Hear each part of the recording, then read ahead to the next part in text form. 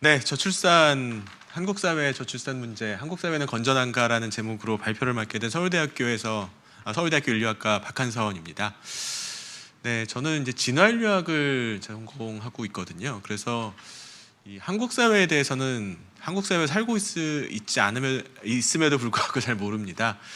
하지만 사람의 이제 삶이라고 하는 것이 사실 인간뿐만이 아니라 모든 생물에서 모두 공통적으로 연결되는 부분이 있기 때문에 인류학적인 관점에서 왜 이렇게 아이를 안 낳는가? 아니, 아이를 안 낳는 건가 못 낳는 건가? 아니, 최적의 아이의 숫자는 몇인가에 대해서 몇 가지 개론적인 이야기를 해보도록 하겠습니다. 먼저 윤보선 대통령께서는 그 고고 인류학을 전공하신 걸로 알고 있는데, 그래서 감회가 새롭습니다.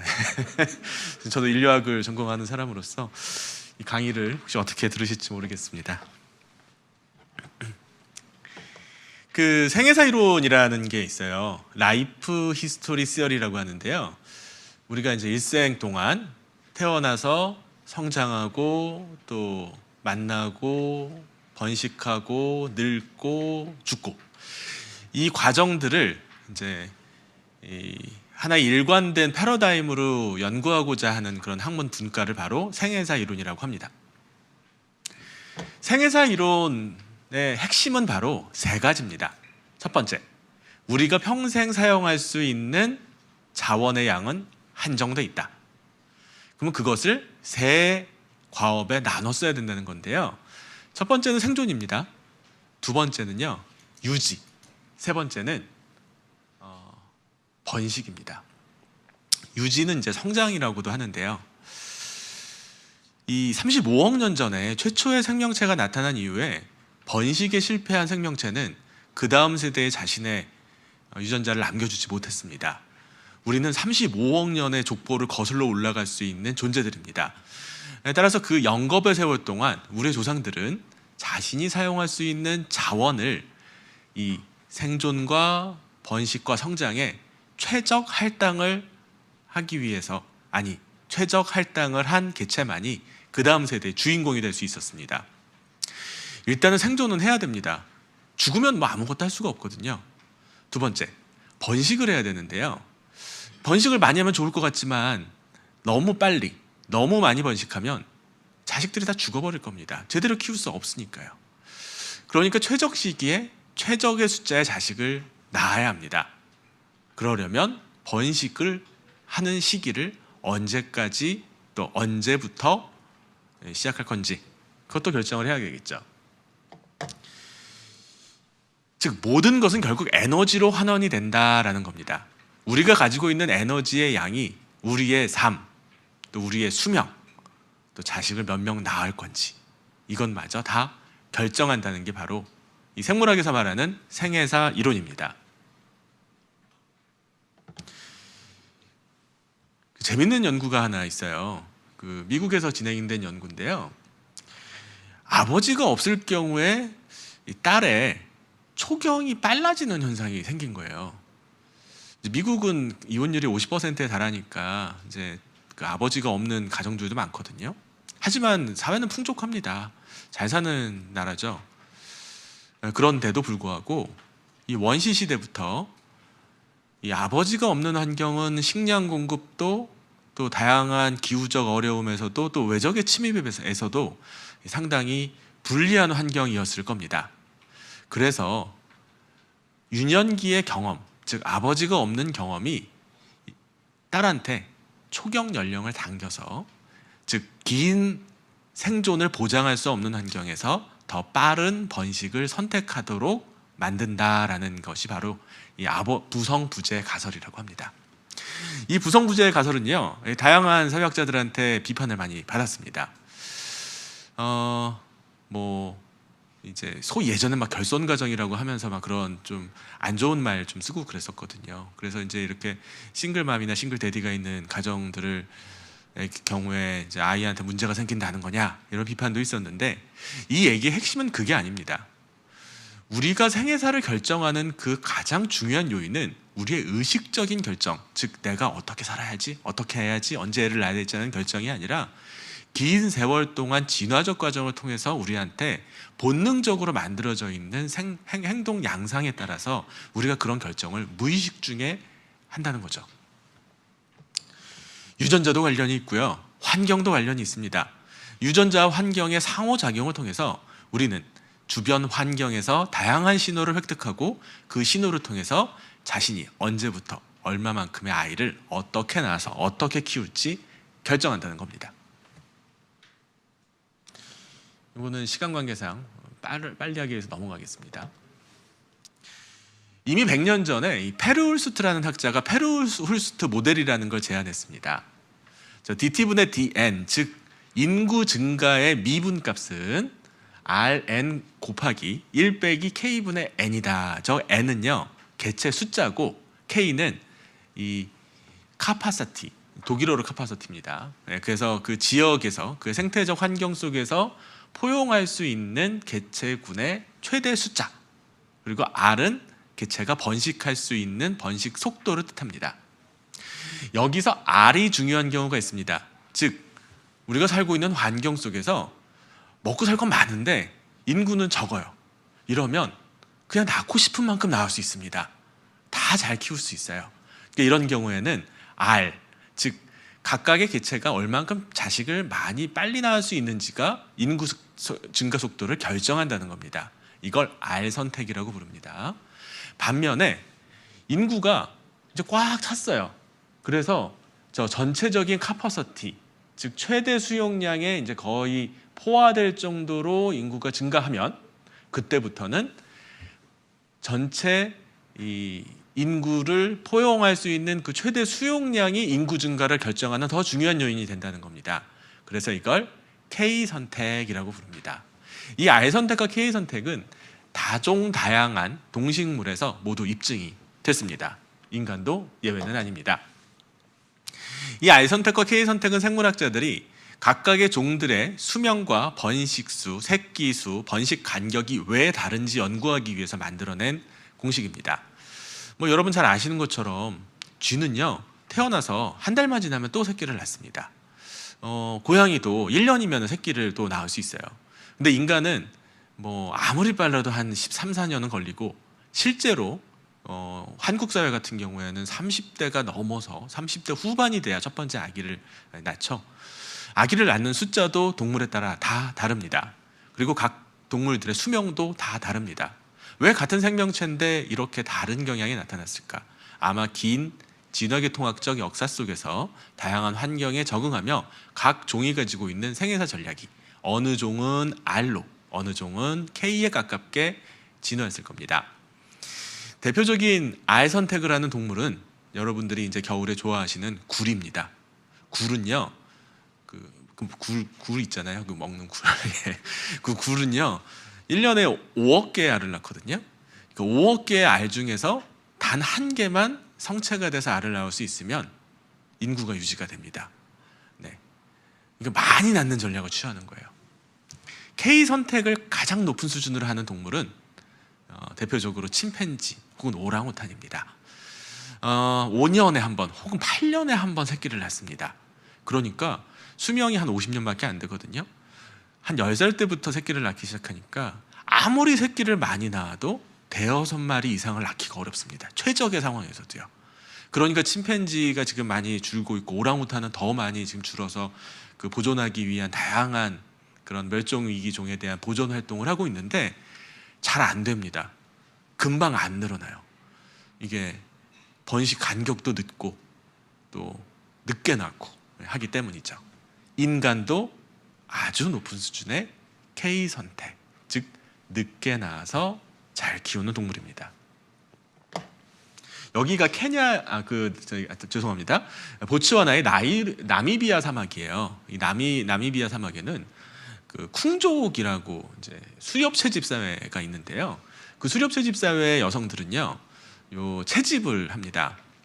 근데 아이를 낳으면 아이 한 명은 저렇게 업고 다닐 수가 있거든요. 그러면 업고 다니면서 채집을 할 수가 있어요. 그래서 괜찮은데 아이를 연년생으로 낳거나 이 아이가 아직 걸어 다니기가 어려운 나이에 아이를 바로 낳아버리면 터울이 짧아지면 엄마가 또 죽을 가능성이 높아지고 아이도 죽을 가능성이 높아집니다. 아이 둘을 한 손에다가 안고 다니면 채집을 할 수가 없거든요. 그러면 아이가 먹는 음식의 상당수는 엄마가 공급해 주니까 엄마가 구해오는 식량의 양이 줄고 아이도 제대로 못 먹고 젖도 제대로 안 나오고 엄마도 엄마대로 힘들고 그래서 엄마도 아이도 모두 고통을 받게 됩니다. 그래서 약 4년에서 5년이 지나야 아기를 낳습니다. 그러니까 아이 간격, 터울이 긴 거예요. 이렇게 띄엄띄엄 낳는 거죠. 20살에 아기를 낳아서 45세 폐경을 시작을 하게 되면 평생 낳는 아이의 숫자가 5명입니다. 구석기 시대 때 우리 인류는 이 수렵 채집을 했는데요. 성인이 되기 전에 한 2명, 50% 정도가 사망을 했습니다. 다양한 이유로. 그러니까 5명을 낳아서 한 2명이나 3명이 죽으면 2명이나 3명 정도가 겨우 사는 거예요. 아빠 엄마가 아이를 2명이나 3명 한 2명이 약간 넘는 숫자로 낳았으니 인구가 늘어나지 않는 겁니다. 그래서 수십만 년 동안 전 세계 인구는 크게 증가하지 않은 상태로 계속 유지가 됐습니다. 합계 출산율로 따졌을 때, 즉 번식이 가능한 연령으로 따졌을 때 한 2.1을 왔다 갔다 하는 숫자여서 약 1만 년 전의 인구의 숫자는 약 저희가 400만 명으로 추정을 하고 있는데 전 세계에 살고 있었던 사람을 5,000년, 기원전 5,000년 전에 전 세계 인구는 약 500만 명, 즉 불과 100만 명 정도가 늘어난 것에 불과하다라고 추정을 하고 있습니다.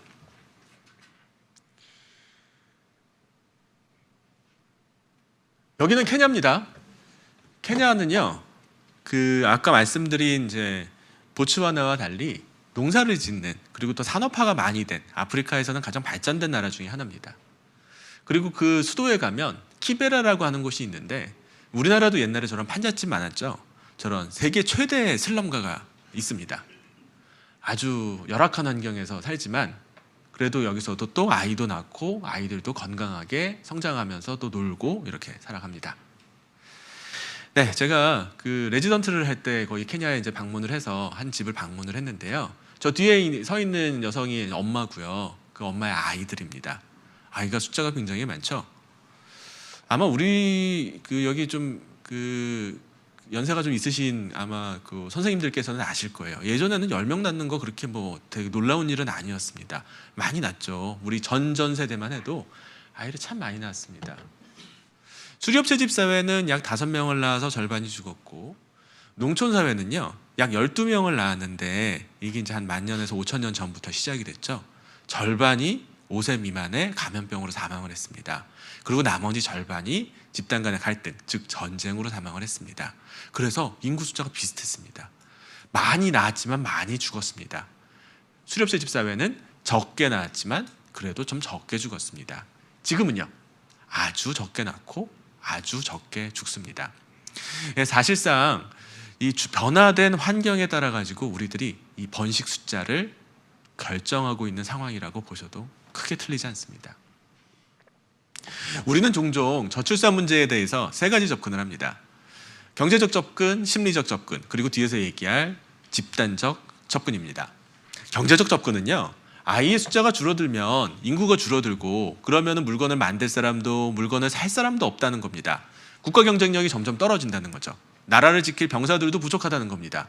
학교에 학생이 부족하니 선생님도 필요 없을 거고 대학교도 문을 닫을 것이고 교수들도 일을 그만둬야 될 것이고 이래서는 곤란하다. 사회가 유지되기 어렵다. 그러니까 아이를 낳을 수 있게 해주려면 경제적인 접근으로 경제적인 지원을 해줘야 된다는 겁니다. 아이를 낳으면 저도 지금 애가 셋인데요.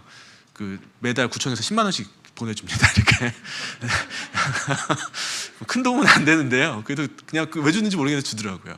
근데 10만 원 받겠다고 아이를 낳는 사람이 누가 있겠습니까? 점점 액수가 늘어납니다. 100만 원을 줘야 된다. 아니면 1억을 줘야 된다. 아파트를 주자. 이런 식으로 하죠. 하지만 아이를 낳아서 키우는 건 아주 개인적인 결정이고 그리고 여러분들도 아이를 키워보시면 알겠지만 금전적으로 환산할 수 없는 다양한 이제 노력이 필요합니다. 그러니까 돈만 받는다고 해서 아이를 낳는 경우는 그렇게 성공적이진 않을 수 있어요. 이 경제학자 게리 베커는 이 출산 결정을 우리가 내구성 수요제를 쓰는 것과 비슷한 방식으로 경제적으로 풀었는데요. 그러한 이론에 따르면 그 각 가정은 자녀를 생산하고 혹은 또 소비라는 말이 좀 그렇지만 경제적으로 말했을 때 소비하는 그런 관련에서 다른 대체 상품과 그것을 환원한다라고 이야기를 합니다. 결론적으로는 이 경제적인 접근이 성공하기 어렵다는 거예요. 경제적인 문제를 저출산 문제와 연결시키는 가장 대표적인 접근이 바로 주택입니다. 집이 없으니까 보금자리가 없으니 아이를 못 낳는 거 아니냐. 그러면은 집을 어디 변두리에 작은 집이라도 살려면 한 15년은 일을 해서 돈을 모아야 되는데 그러면 30대 후반 되는 거 금방이다. 그러니까 아이를 낳기가 어렵다. 그것도 운 좋은 사람이나 할 수 있는 거 아니냐라는 겁니다. 저희 연구팀에서 연구를 좀 해봤는데요. 실제로 주택 가격이 오르면요, 출산율이 늘어납니다. 우리나라는 자가보유자 비용이 높은 경향이 있고요. 그래서 자가보유를 하고 있는 사람들은요, 집값이 상승하게 되면 그 자산 가격의 상승으로 인해서 아이를 가질 그런 여력이 오히려 더 높아지게 되는 경향이 있습니다. 물론 무주택자는 좀 또 반대이긴 하겠죠. 즉 주택 가격 자체가 아이를 낳을지 말지를 결정하는 가장 결정적인 요인은 아닐 수도 있다는 겁니다. 사실 경험적으로만 보셔도 수십 년 전만 해도 단칸방에서도 아이 몇 명씩 낳고도 다 살았습니다. 지금 그렇게 살라는 건 아니지만 그것이 가장 중요한 건 아니라는 거죠. 주택 가격은 물론 중요한 정책이지만 그게 저출산으로 바로 이어지는 건 아닐 수도 있습니다. 심리적인 접근은요, 아이를 낳으라고 막 캠페인도 하고 광고도 하는 겁니다. 이기적이다. 아이를 위해서, 또 뭐 조국을 위해서, 뭐 아이를 낳으면 얼마나 행복한 줄 아십니까? 이러면서 따뜻하게 아이를 가지고 온 가족이 하하호호하면서 공원을 걷는 그런 공익 광고들을 합니다. 그러나 정말 이렇게 심리적 궤도를 가지고선 출산율에 직접적인 영향을 가질 수 있을까요? 1970년대, 80년대 한국에서 가족계획 열심히 했습니다. 그러나 그러한 가족계획을 통해 가지고 정말 우리가 아이를 적게 낳게 된 걸까요? 아닙니다. 그 당시에 고도 성장 길을 겪고 있었던 한국 사회에서는 아이를 적게 낳는 게 각각의 가정에서 최선의 선택이었기 때문에 자발적으로 아이를 적게 낳은 겁니다. 벽에 붙어 있는 벽보를 보고서는 아이를 적게 낳은 건 아니라는 거죠. 하지만 이러한 심리적인 이유에 의해서 저출산이 서구 사회에서 일어나고 있다는 다양한 가설들이 1970년대부터 계속 있었습니다. 인간은 똑똑하기 때문에 아이 대신에 지적인 성장을 요구한다. 혹은 남성들은 아이보다 성공을 원한다. 혹은 여성은 자녀보다 자신의 직업적인 성취를 원한다. 혹은 자신보다 자녀의 성공을 원하기 때문에 자녀의 숫자를 줄인다. 교육비다. 아니면 아이를 같이 키울 자원이 부족하다. 뭐 이런 다양한 가설들이 있었어요. 저희가 냈던 그 휴먼 디자인이라는 책에서 가져온 저출산 관련돼 있는 그림 중에 하나인데요. 이러한 다양한 요인이 있기는 하겠지만 이런 것들 중에 어떤 것들이 바로 이 건전한 한국 사회를 만들기 위한 저출산 문제에 대해서 가장 중요한 해답이 될 수 있을까요? 가장 심각한 문제는요, 아까 최인철 교수님께서 말씀하셨지만 이 집단적인 접근입니다. 우리는 종종 한국 사회의 저출산 문제를 한국이라고 하는 전체 사회의 집단적 문제로 보고 집단적으로 해결해야 된다라고 생각하는 경향이 있습니다. 인구 밀도가 너무 높아서 그러니까 서울에 있는 사람들을 지방으로 돌려보내야 된다. 사람들이 복닥복닥거리고 지하철에서 10,000원 지하철에서 시달리다 보니 아이를 안 낳는다. 집값도 오르고 공해도 심해지고 이런 접근들입니다. 다양한 연구를 해봤습니다. 실험도 해봤고요. 혼잡도 연구도 해봤습니다. 인구 밀도가 많이 높아지면 물론 아이를 적게 낳습니다. 새끼를 적게 낳습니다. 동물들이. 근데 그건 극단적인 수준입니다. 한 방 안에 예를 들어 20-30명씩 사람들을 집어넣었을 때는 그런 일이 벌어질 수 있는데요. 실제로 인간은요, 인구 밀도가 높아진다고 하더라도 실제 거주 가능 이 공간은 계속 늘리는 경향이 있습니다. 우리나라에서 인구 밀도가 가장 높은 곳이 어딜까요? 서울 중에 어딜까요? 타워팰리스입니다. 예. 타워팰리스는 워낙 고층이기 때문에 단위 면적당 사람 수가 가장 높습니다. 타워팰리스에 살면 아기 낳기 싫을까요? 너무 답답하고 복잡해서? 아닙니다. 인간은 공간을 새로 만들고 구성하는, 좀 어려운 말로 적소 구성 능력이 있습니다. 그래서 인구 밀도 자체가 가장 중요한 요인은 아닙니다. 동영상을 잠깐 볼까요? 좀 클릭 좀 해주십시오.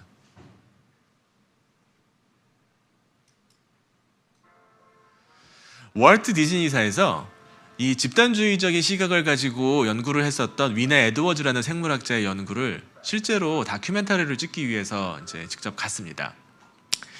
위네 에드워즈는요, 이 각각의 동물들이 종 내에 있는 개체군 밀도를 스스로 조정하기 위해서 번식과 번식을 조정하는 경향이 있다라는 발표를 1964년에 한 적이 있었습니다. 스칸디나비아의 반도에는 저런 나그네쥐라는 쥐가 사는데요. 척박한 곳이고 포식자도 없습니다. 여우만 좀 있을 뿐이라서 몇 년 기후가 좋아지면 쥐는 설치류이기 때문에 숫자가 금방 늘어납니다. 그래서 스칸디나비아 반도에 저 쥐가 가득 차게 됩니다. 그럼 그 쥐들 중에 일부가 바다에 뛰어들어서 자살을 합니다. 위네 에드워즈는 이렇게 스스로 자살을 해서 전체 개체군의 밀도를 조정하는 방식으로 개체군 밀도를 유지하는 기전이 있다라고 발표를 했습니다. 생물학계 흑역사로 남은 그런 연구입니다. 예. 그래서 디즈니사에서 이제 촬영팀이 갔는데 쥐들이 아무도 바다에 뛰어들지 않는 거예요. 그래서 어떡할까 하다가 동네 사람들한테 돈을 주고선 빗자루를 가지고 와가지고 쥐들을 이렇게 절벽을 해서 밀었습니다. 그리고 그거를 저렇게 찍어가지고 했습니다. 저 쥐들이 지금 알아서 뛰어드는 게 아니라 지금 뒤에서 빗자루를 밀어가지고 뛰어드는 건데요. 다큐멘터리계의 흑역사이기도 합니다. 네, 다음 슬라이드 보겠습니다. 만약에 각각의 집단에 있는 그 집단의 구성원들이 최적 그런 밀도, 인구 밀도 등 개체군 밀도를 유지하기 위한 그러한 형질이 진화했다면 저희는 저출산 문제, 고령화 문제를 전혀 걱정할 이유가 없습니다. 나이 드신 분들은 고령화가 심각해진다면 저렇게 바다에 뛰어드실 것이고, 그리고 아이가 숫자가 적어진다 그러면은 또 아이를 또 막 많이 낳으려고 할 겁니다. 나라가 어렵다고 하니. 그런 일이 일어나지 않는다는 것은 잘 알고 계시죠? 다음 슬라이드 볼까요?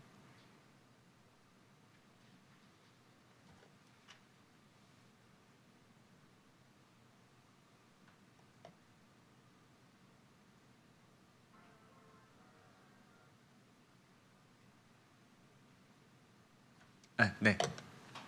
네.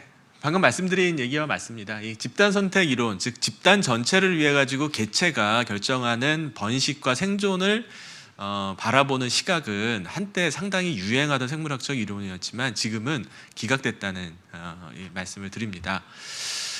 그렇죠. 우리가 언제 연애하고 언제 또 결혼하고 언제 아이를 낳고 몇 명을 낳고 또 어떻게 늙어갈 건지는 아주 개인적인 결정입니다. 다 그거에 대해서 계획이 있고요. 그거를 주변에서 이렇게 해라 저렇게 해라 한다고 해서 따라가는 사람은 없습니다. 삶에서의 가장 중요한 결정이기 때문입니다. 1970년대 보면 저런 가족계획 많이 했습니다. 뭐 둘만 낳아 잘 기르자 보신 적 있으실 거예요. 가족계획 많이 했었죠. 저 때는 아이를 많이 낳으면은 이렇게 또 국가에 해를 끼치는 사람으로 욕도 먹고 그랬고요. 저희 부친은 공무원을 하셨는데 당시에는 애가 셋이면 승진도 잘 안 됐다 그러더라고요. 공무원인데 애 셋이면 승진해서 좀 불이익을 받았다. 그런 시절이 불과 한 세대가 안 지났습니다. 잠깐 볼까요?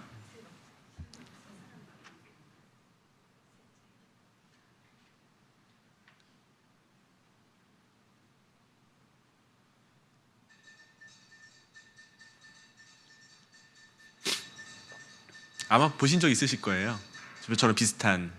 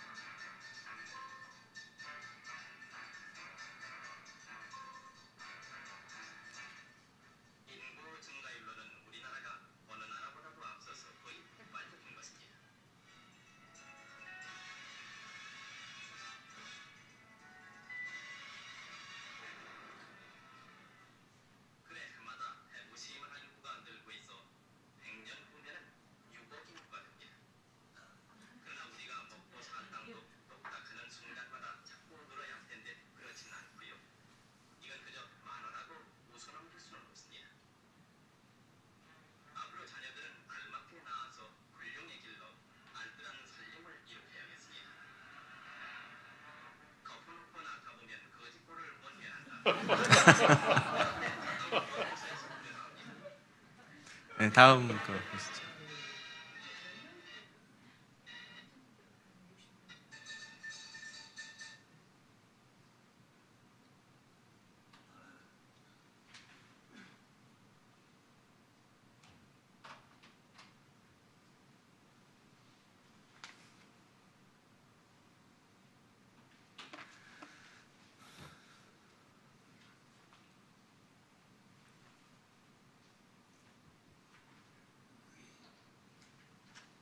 화면이 아니라 다른 데를 클릭하신 다음에 페이지 다운 하시면 될 겁니다.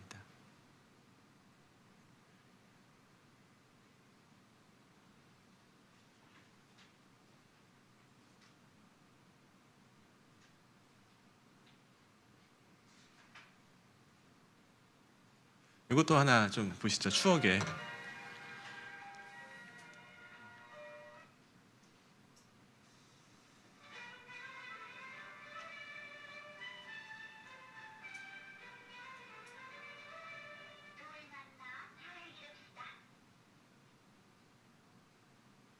네, 시간 관계상 그거 넘어가시죠. 예, 다음 거. 네, 73년도 거였고요. 네, 넘어가 주시죠. 예. 네, 요거 한번 보여주십시오. 요거는 지금 저출산 고령화 관련해 가지고 공익 광고입니다.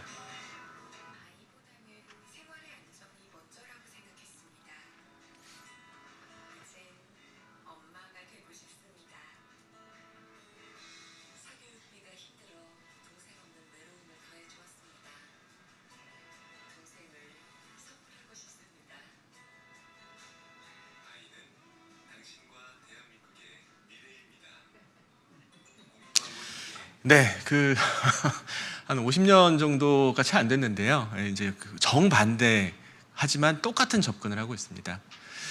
우리나라의 인구가 70년대, 80년대 크게 줄어든 이유는요.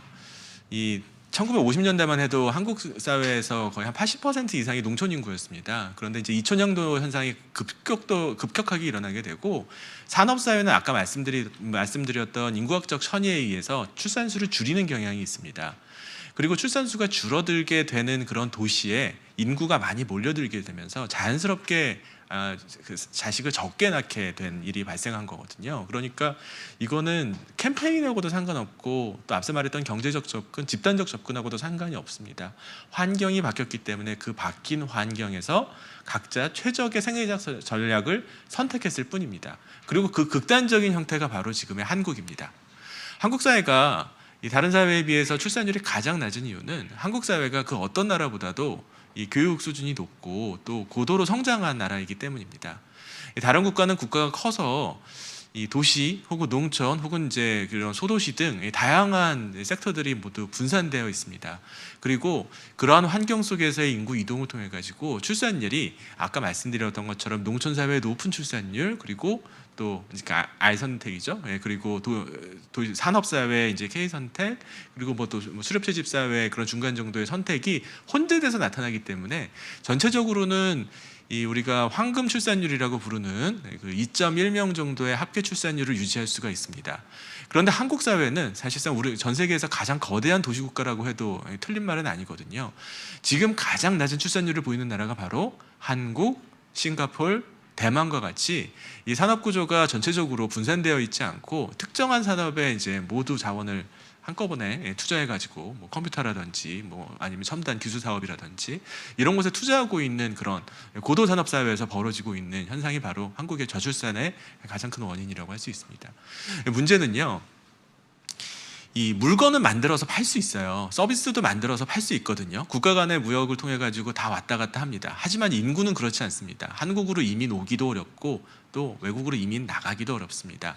심지어 아이를 돌보려고 하면 보모가 필요한데 보모를 수입하는 것도 대단히 어려운 일입니다. 아이를 더 이상 돌봐줄 사람이 없으니 출산을 할 수가 없는 상황이 된 겁니다. 네, 다음 슬라이드 보여주세요. 이걸로 되나? 네.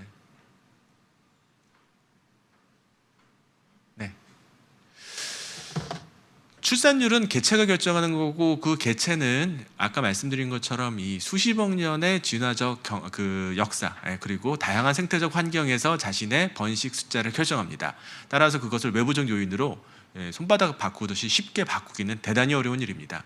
그러나 그래도 해결책을 원한다면 어떻게 하면 좋을까요? 첫 번째, 우리나라에서 출산율이 그래도 너무 말도 안 되는 합계 출산율 0.6까지 떨어진 이유는요. 아이를 돌볼 사람이 없어서 그렇습니다. 제가 첫 아이를 낳아서 키울 때만 해도 많은 당시에 제 동료들의 아이들은요 어머니가 키워주셨어요. 그 당시에 저희 어머니가 25에 결혼하셨거든요. 그러니까 아이를 낳아서 손주를 볼 때가 되면 60대 정도 되는 거예요. 그러니까 아이를 돌볼 수가 있었습니다. 그게 가능했어요. 그게 바로 한 20년 전에 한국 사회에서 일어났던 겁니다. 할머니들이 아이를 많이 돌봐줬어요. 그게 이제 양육 투자를 대신해줬죠. 지금은 아닙니다. 35에 아이를 낳거든요. 그러면은 손주를 보면 70입니다.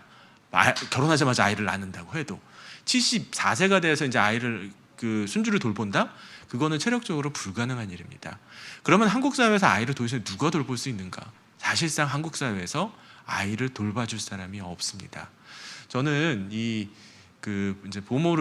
부모와 관련돼 있는 아이를 도와주는 이제 출산 도우미 양육 도우미를 외국에서 수입하고 안 하는 거의 문제에 대해선 다양한 사회적, 정치적 그리고 문화적인 갈등이 있다고 생각합니다. 언어 문제도 있고 문화적 문제들도 있죠. 하지만 아이를 돌봐줄 사람들을 어디선가 찾지 못한다면 아이 출산율을 높이는 건 불가능합니다. 두 번째는요. 아까 최인철 교수님께서 말씀하셨던 거랑도 비슷한데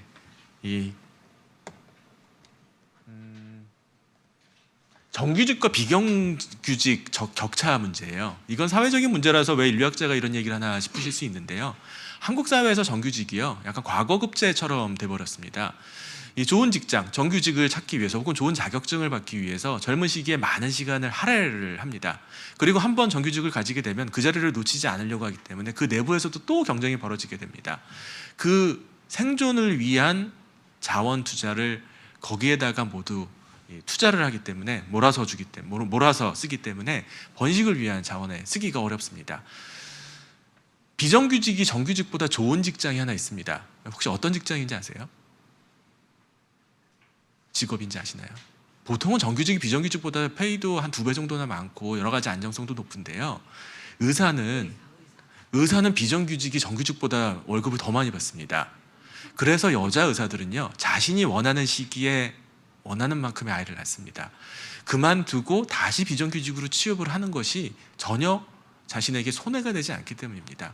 정규직과 비정규직 문제는 다양한 사회적인 그런 여러 가지 함수가 있기 때문에 제가 쉽게 말씀드릴 수 있는 문제는 아니지만, 생애 초기 번식이 가능한 시기에 여성이 정규직이 되기 위해서 다른 모든 자원들을 할당해야 되는 사회라면 출산을 위해서 충분한 자원을 할당하기는 어렵습니다.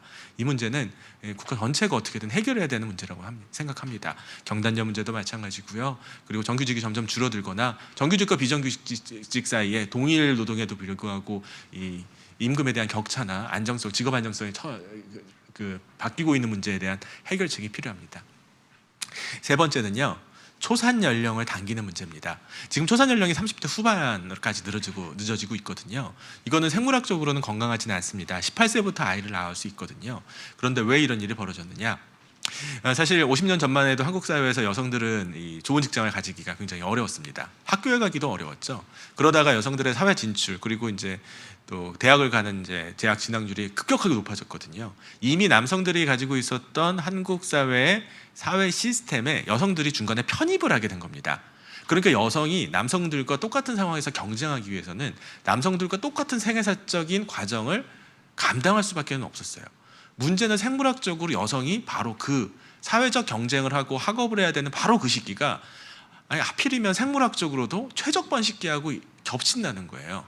그러니까 이거는 한국 사회만의 문제는 아니겠습니다만 사회 전체가 이제 남성과 여성들이 모두 교육도 받고 또 직장도 가지고 사회에 참여할 수 있는 것을 보장해주는 사회가 된다면 여성의 생애사적 그 과정에 알맞는 생애사적 주기를 도입할 수 있도록 해줘야 됩니다. 예를 들어 가지고 22살의 제 딸이 대학을 다니다가 나 결혼해서 애 낳을래라고 한다면 생물학적으로는 굉장히 좋겠지만 너무 많은 것을 희생할 수밖에는 없습니다. 그러니 일찍 아기를 낳고 많이 낳고 싶은 여성이 있다고 하더라도 그 희생되는 자원의 양에 비하면 그 기대이익이 너무 적기 때문에 그걸 선택하기가 어려운 거죠. 이거는 바꿔줄 수 있는 문제가 개인이 할 수 있는 부분이 아닙니다. 전체 사회가 남성 중심으로 만들어져 있던 사회 시스템, 여성이 중간에 편입해서 경쟁하던 시스템, 이제 전체 사회가 모두 만족할 수 있는 시스템으로 좀 바꿔야 된다고 생각합니다. 이렇게 저는 이쪽에 대해 전문가는 아니지만 초산 연령을 당기기 위한 시스템의 변경, 그리고 육아 산업을 좀 개방하는 문제, 그리고 정규직 비정규직 격차 해소가 그나마 한국 사회에 있는 합계 출산율을 0.6에서 그래도 한 2명 정도까지는 올릴 수 있는 단기적이고 실용적인 방법이라고 생각합니다. 물론 다양한 논란이 있을 수 있다는 것도 동의합니다. 네, 저는 진화인류학자고요. 생물학적인 관점에서 인간의 행동, 번식 행동에 대해서 연구를 하고 있습니다. 그래서 이러한 저의 접근에 대해서 이 건전한 한국 사회를 만들기 위한 논란과는 조금 거리가 있거나 혹은 좀 너무 뜬구름 잡는 얘기라고 생각하실 수 있을 것 같은데요. 조금 이따 토론 시간에 그런 부분에 대해서 따끔한 비평 부탁드리겠습니다. 경청해 주셔서 감사합니다.